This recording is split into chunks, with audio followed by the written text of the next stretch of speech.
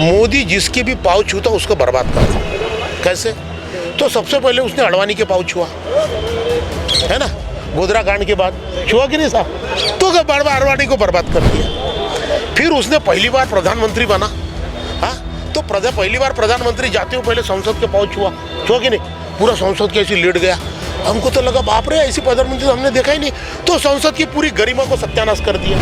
ये 2019 में जब प्रधानमंत्री हुए सबसे पहले संविधान की पूजा की उसने, संविधान के पाँव। अब संविधान को खत्म करने जा रहा। इसके जो मन की बात करता है ना ये, तो इसके मन में पूरा जहर है और दिमाग में ना पूरे शैतानी चीजें भरी हुई। तो एक शैतान है हमारे देश को। देखो जो किसान लोग समर्थन कर रहे हैं ना, वो एक्चुअल में किसान नहीं है, वो किसान बीजेपी के लोग हैं। देश की राजधानी दिल्ली में जिस तरह से शाहीन बाग का आंदोलन हुआ, उसने सरकार को सोचने पर मजबूर कर दिया। उसी के तर्ज पर अभी फिलहाल दिल्ली के ही सीमाओं पर किसान आंदोलन कर रहे हैं, जिसे सरकार के सामने एक सवाल खड़ा हुआ है। उसी का समर्थन करने के लिए नागपुर में फिलहाल किसान बाग आंदोलन किया जा रहा है वंचित बहुजन आघाड़ी की ओर से। ये आंदोलन इसलिए किया जा रहा है क्योंकि दिल्ली के सीमाओं पर जो किसान बैठे हैं उनका समर्थन किया जाए, उसके लिए आंदोलन किया जा रहा है। मेरे साथ कुछ मान्यवर उपस्थित है, मैं उनसे बात करता हूँ।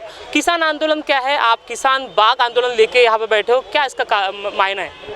देखिए, ये किसान गए 63 दिन से दिल्ली के बॉर्डर पे 153 लोगों की बलि देकर बर्फ की ठंडी में आज लड़ रहे हैं। और वो खुद के लिए नहीं लड़ रहे सिर्फ, तो पूरे देश के लोगों के लिए लड़ रहे हैं। क्यों? कि ये 3 कानून इस तरह के कानून है कि वो किसान की जो फसल है उस फसल को बेभाव यहाँ के अदानी अंबानी जिन्होंने बड़े बड़े गोडाउन बना के रखे हैं वो खरीदना चाहते हैं। उसको सरकार एमएसपी देना नहीं चाहती, मिनिमम सपोर्टिव प्राइस। दूसरी बात है जो एपीएमसी है, एग्रीकल्चर प्रोड्यूस मार्केट कमेटी, उसके ऊपर में इन्होंने बहुत ज़्यादा टैक्सेशन लगाकर एक प्राइवेट ऐसी मार्केट ही खड़ा कर रहे हैं ये लोग, ये 3 कानून के अंदर में। और उसमें सिर्फ इतना है कि जिसके पास में पैन कार्ड है वो खरीद सकता है प्रोड्यूस, यानी जो एग्रीकल्चर प्रोड्यूस है किसान का। और कॉन्ट्रैक्ट फार्मिंग के अंदर में वो किसान की पूरी ज़मीन हथिया के इस तरह से प्रोड्यूस करेंगे, इस तरह से वो निकालेंगे कि उसकी फर्टिलिटी 5 साल में ख़त्म होगी।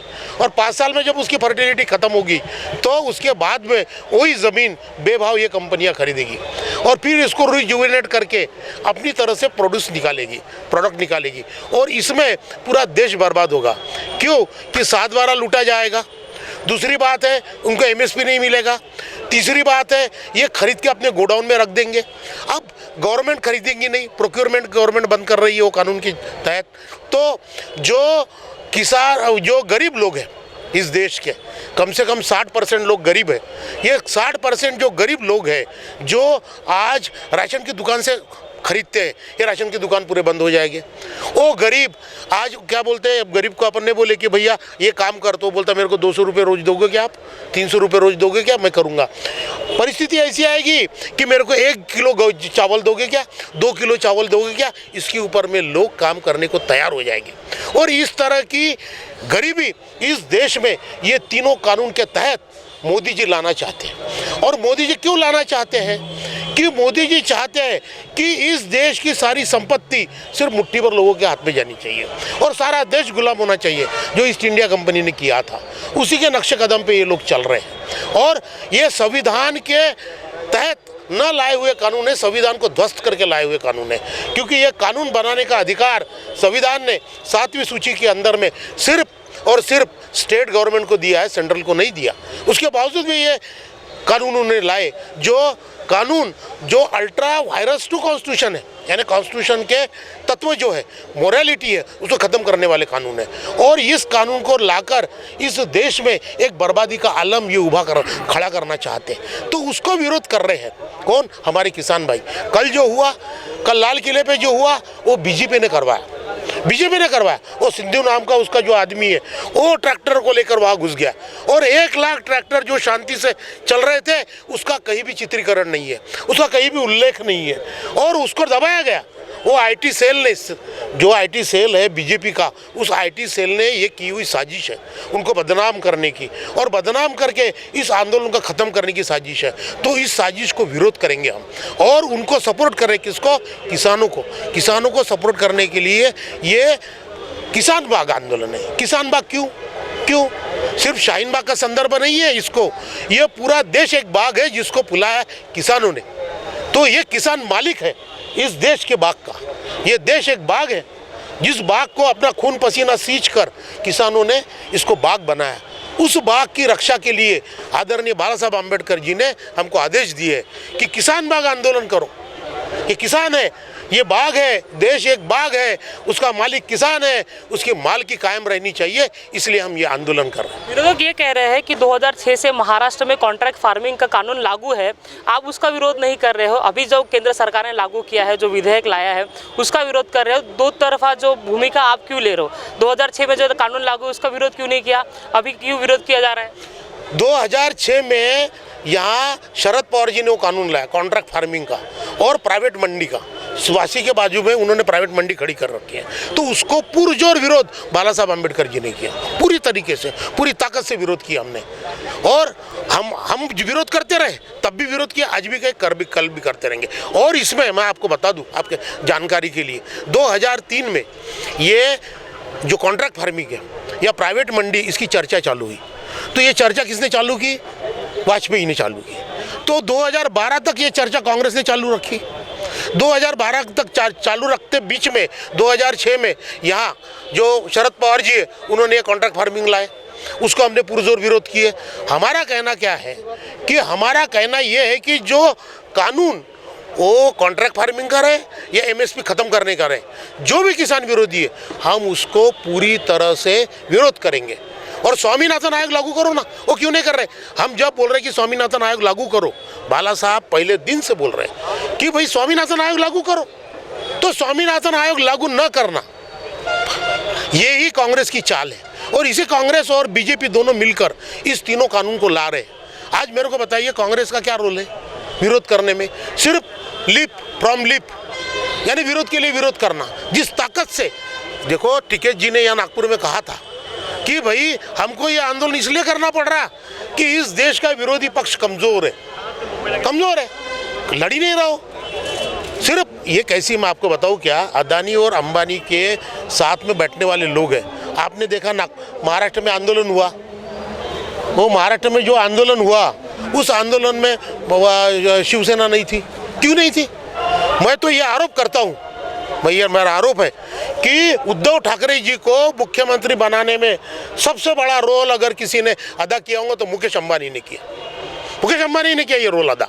और मुकेश अंबानी के साथ में उसके हर फैमिली प्रोग्राम में उद्धव जी रहते हैं ना। क्यों विरोध नहीं किया? क्यों विरोध नहीं कर रहे? ये सब नौटंकी है, समझे? मैं समझने की कोशिश कर रहा हूँ कि 2006 से महाराष्ट्र में कॉन्ट्रैक्ट फार्मिंग चालू है। अब तक किसान, जो कहा जा रहा है कि किसान बर्बाद हो जाएगा, महाराष्ट्र में तो नहीं हुआ वो कॉन्ट्रैक्ट के हिसाब से। अगर देश में लागू होता है, मैं कोई समर्थन नहीं कर रहा हूँ, मेरा सिर्फ सवाल है, अगर होता है तो क्या गलत हो जाएगा? कितना, कैसे किसान बर्बाद हो जाएगा? हाँ देखिए, कॉन्ट्रैक्ट फार्मिंग का प्रयोग महाराष्ट्र में हुआ है कुछ जगह पे, और वो जिस जगह पे ये कॉन्ट्रैक्ट फार्मिंग का प्रयोग हुआ है तो उस जगह पे वो लोग बर्बाद हो चुके हैं। मैं कैसे होंगे मैं आपको समझाता हूँ कि सपोज एक आदमी के पास में 10 एकड़ ज़मीन है, तो कॉन्ट्रैक्ट फार्मिंग की एक कंपनी आएगी। वो पहले क्या करेंगे, वो ज़मीन की क्वालिटी देखते हैं। वो सबसे पहले तो ज़मीन की क्वालिटी कैसी डिसाइड होती? जिस ज़मीन के अंदर कार्बन परसेंटेज 2% है वो सबसे बेस्ट ज़मीन होती है। अगर कार्बन परसेंटेज जैसी कम होते जाता, उसकी फर्टिलिटी कम होते जाती, तो वो देखेंगे कि सबसे उपजाऊ ज़मीन कौन सी है। उस उपजाऊ ज़मीन में आएंगे, 5,000 10,000 एकड़ का पट्टा बनाएंगे। सबको बोलेंगे अगर 10 एकड़ ज़मीन है तो उसको बोलेंगे भैया हम 20 लाख रुपए आपको देते हैं, 20 लाख रुपए में हम 5 साल आपकी ज़मीन जोतेंगे। अब उसको लगेगा मेरे को कुछ ना करते हो 20 लाख रुपए मिल रहे, वो तो खुश हो जाएगा, 20 लाख ले लेगा। 5 साल में इस तरह से वो फसल निकालेंगे जो इंटरनेशनल ग्रेड पे चलती है। तो 5 साल के अंदर उसकी पूरी फर्टिलिटी, कोई भी ज़मीन की फर्टिलिटी 5 फुट के नीचे नहीं रहती। यानी जो क्रॉप है उसके लिए, बड़े पेड़ के लिए बात नहीं कर रहा मैं, क्रॉप के लिए कर रहा, क्योंकि अपन क्रॉप की बात कर रहे हैं। तो क्रॉप की फर्टिलिटी सिर्फ 5 फुट रहती है, तो 5 साल में वो 5 फुट की पूरी फर्टिलिटी ये ख़त्म कर देगा और उसके बाद में वो ज़मीन उसको वापस करेगा। तो किसान क्या करेगा, वहाँ जाके फिर बीज बोएगा, उसको कुछ भी नहीं मिलेगा, बीज का अंकुर ही नहीं फूटेगा ना। वो यहाँ तक के तो वहाँ even though not a blade of grass, यानी वहाँ घास का पत्ता भी नहीं उगेगा। ऐसी तरह से वो ज़मीन छोड़ देंगे। फिर वो रोएगा, जब वो रोएगा तो फिर पीछे के दरवाजे से हो जाएंगे, भैया क्यों रो रहा, तो बोलेंगे कुछ नहीं उग नहीं रहा। तो एक काम करो ना, आप हमको ज़मीन बेच दो 50,000 रुपये एकड़ में, 20,000 रुपये एकड़ में। तो उसको जब कुछ मिल ही नहीं रहा तो बेच देगा। अब इस तरह से ऐसी हज़ारों एकड़ ज़मीनें खरीद लेंगे। फिर इसको रिजुवेनेट करने की टेक्नोलॉजी उनके पास है, फिर इसको रिजुवेनेट कर लेंगे और फिर उसके मालिक को बन जाएंगे। और मालिक बनने के बाद जो अंतर्राष्ट्रीय इसमें बाजार में ये WTO का बहुत बड़ा खेल है, WTO का प्रेशर है। और ये WTO के प्रेशर के अंतर्गत ये तीनों कानून आए। तो ये WTO क्या करना चाहता है कि वर्ल्ड में जितने कारपोरेट हैं वो चलाते WTO को, है ना। तो ये कारपोरेट ने बोल दिया कि भैया ऐसी ज़मीन हमारे एक बार कब्जे में आ गई तो फिर हम हमारा प्रोड्यूस निकालेंगे जो वर्ल्ड वो चलेगा। अब देखिए कि जैसे धान है या चावल है, तो वर्ल्ड में सिर्फ 3 कंट्री बनाते हैं, चाइना, इंडिया, वियतनाम। बाद में तो कहीं चावल बनता ही नहीं, चावल तो पूरे दुनिया खाती है, ठीक है। जैसे ऑयल सीड है, ऑयल सीड सिर्फ 2-3 कंट्री निकालते हैं, बाद में तो ऑयल सीड बनता ही नहीं है। तो ये जो इंटरनेशनल मार्केट में चलने वाला जो प्रोड्यूस है, एग्रीकल्चर प्रोड्यूस, इसको ये उपजाएंगे और पूरे समाज को, पूरे इसको गुलाम बनाएंगे। ये है इसकी नीति, समझे। तो कॉन्ट्रैक्ट फार्मिंग के अंदर में अभी हमारे कोल्हापुर में कुछ लोगों ने कॉन्ट्रैक्ट फार्मिंग की है। तो कॉन्ट्रैक्ट फार्मिंग करने के बाद में आज उनकी ज़मीन तो पूरी बंजर हो गई। अब मैं आपको यूपी का बताता, पश्चिम यूपी में, पश्चिम यूपी के अंदर में ये गए फॉर्चून वाले, फॉर्चून कंपनी है ना अदानी की, फॉर्चून वाले गए, उन्होंने कहा कि भाई आपका धान 15 एकड़ पे, 20 एकड़ पे लोगों से कॉन्ट्रैक्ट कर लिए, कॉन्ट्रैक्ट किए। उन्होंने फिर क्या किए, उसमें बीज भी खुद दिए, फर्टिलाइज़र भी खुद दिए, जो इंसेक्टिसाइड पेस्टिसाइड तो वो भी खुद दिए। और वो देने के बाद में अभी इंटरव्यू आई है उनकी कि अभी वो बोल रहे हैं कि आपका जो धान है वो उस ग्रेड का नहीं है, हम खरीदेंगे नहीं। यानी इसका मतलब क्या हो गया, मर गया कि नहीं। तो इस तरह से ये एक बहुत बड़ा षड्यंत्र है। कुछ किसान संगठन इसका समर्थन भी कर रही है, जो तीनों कानून लागू किए गए उसका समर्थन भी कर रहे हैं। किसान क्यों फिर समर्थन कर रहे हैं? देखो, जो किसान लोग समर्थन कर रहे हैं ना, वो एक्चुअल में किसान नहीं है, वो किसान बीजेपी के लोग हैं। बीजेपी के लोगों ने एक रात में इस देश में कम से कम 200 किसान यूनियन बना दिए, जिसके साथ किसान ही नहीं है, किसान ही नहीं ना। अब मैं अगर आगे आऊँ और मैं बोलूँ मैं किसान का नेता हूँ, एक किसान यूनियन बना दिया, 25 लोग साथ में ले लिया और मैंने बोला मैं किसान हूँ, होता है ऐसे? नहीं होता है। जो किसान है उसकी यूनियन कई सालों से चल रही है और जो इसकी यूनियन है अपने बीजेपी की, वो यूनियन समर्थन कर रही, क्योंकि भाई देखो काले कानून आए, मजदूर यूनियन है उनकी, उन्होंने समर्थन किया क्योंकि वो बीजेपी के गुलाम है, मोदी के गुलाम है ना। और मोदी की एक बात बताता आपको आखिरी में जाते जाते, ध्यान में रखना, मोदी जिसके भी पाँव छूता उसको बर्बाद करता। कैसे? तो सबसे पहले उसने अडवाणी के पाँव छुआ, है ना, गोधरा कांड के बाद छुआ कि नहीं साहब, तो अडवाणी को बर्बाद कर दिया।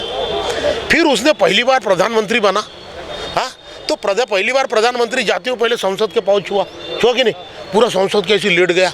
हमको तो लगा बाप रे, ऐसी प्रधानमंत्री हमने देखा ही नहीं। तो संसद की पूरी गरिमा को सत्यानाश कर दिया, आसाराम के पाँव छुआ, उसको बर्बाद कर दिया और पूरे पाँव छुआ, पूरा सत्यानाश कर दिया। किसका? संसद की गरिमा का। संसद क्या होती है? सबके विचारों का एकत्रीकरण करके जो कॉन्सेंसस बनता है, जो फाइनल विचार बनता है, उसको आगे लाना। ये तो डिक्टेटर बन गया। फिर अभी क्या किया, 2019 में जब वो प्रधानमंत्री बना, देखो ध्यान में रखो, ये 2019 में जब प्रधानमंत्री बना, सबसे पहले संविधान की पूजा की उसने, संविधान के पाँव, अब संविधान को ख़त्म करने जा रहा हूँ। यानी इसकी ये नीयत है, इसके जो मन की बात करता है ना ये, तो इसके मन में पूरा जहर है और दिमाग में ना पूरे शैतानी चीज़ें भरी हुई। तो एक शैतान है हमारे देश को मिला हुआ और ये शैतान हमारे देश को ख़त्म करने जा रहा। तो उसके निषेध में, वो हुकुमशाही के निषेध में, वो हिटलरशाही के निषेध में बाला साहब ने कहा ये करो, आंदोलन करो। जब वो मर मिटने को तैयार है तो हमको भी तो मर मिटना है भैया। वही खाते ना, हम क्या खाते हैं? वही खाते। और कल अगर वो इतना महंगा हो जाएगा, हम कहाँ से खाएंगे? पहले 40 करोड़ जनता इस देश की आधे पेट सोती है कि नहीं? आपको भी मालूम है, मीडिया वाले लोग। तो फिर 40% से तो 80% लोग सोएंगे, उसके बाद का क्या जा रहा? 10% लोगों के लिए सरकार चलती है। 73% प्रॉपर्टी इस देश की 1% लोगों के हाथ में है। अब पूरी ज़मीन भी उनके हाथ में चली जाएंगी, फिर अपने हाथ में क्या रहा? कुछ नहीं, फिर गुलामी आ गई। तो इस गुलामी को रोकने के लिए बाला साहब ने कहा है इस आंदोलन को इतना तीव्र करो, शांति पद्धति से, डेमोक्रेटिक वे, इतना तीव्र करो कि ये आंदोलन आखिरी तक जाना चाहिए जब तक ये 3 काले कानून रद्द नहीं होते। तो नागपुर में फिलहाल संविधान चौक पर ये आंदोलन चल रहा है, जिसमें कहा जा रहा है कि अगर ये कानून लागू हो जाते हैं तो देश का किसान बर्बाद हो जाएगा। वही जो मोदी सरकार की नीति है वो गरीब जनता के विरोध में है, ऐसा भी इस दौरान कहा गया। कैमरा पर्सन दिनेश सातपुते के साथ अमित वांद्रे, महाराष्ट्र टीवी 24। नमस्कार।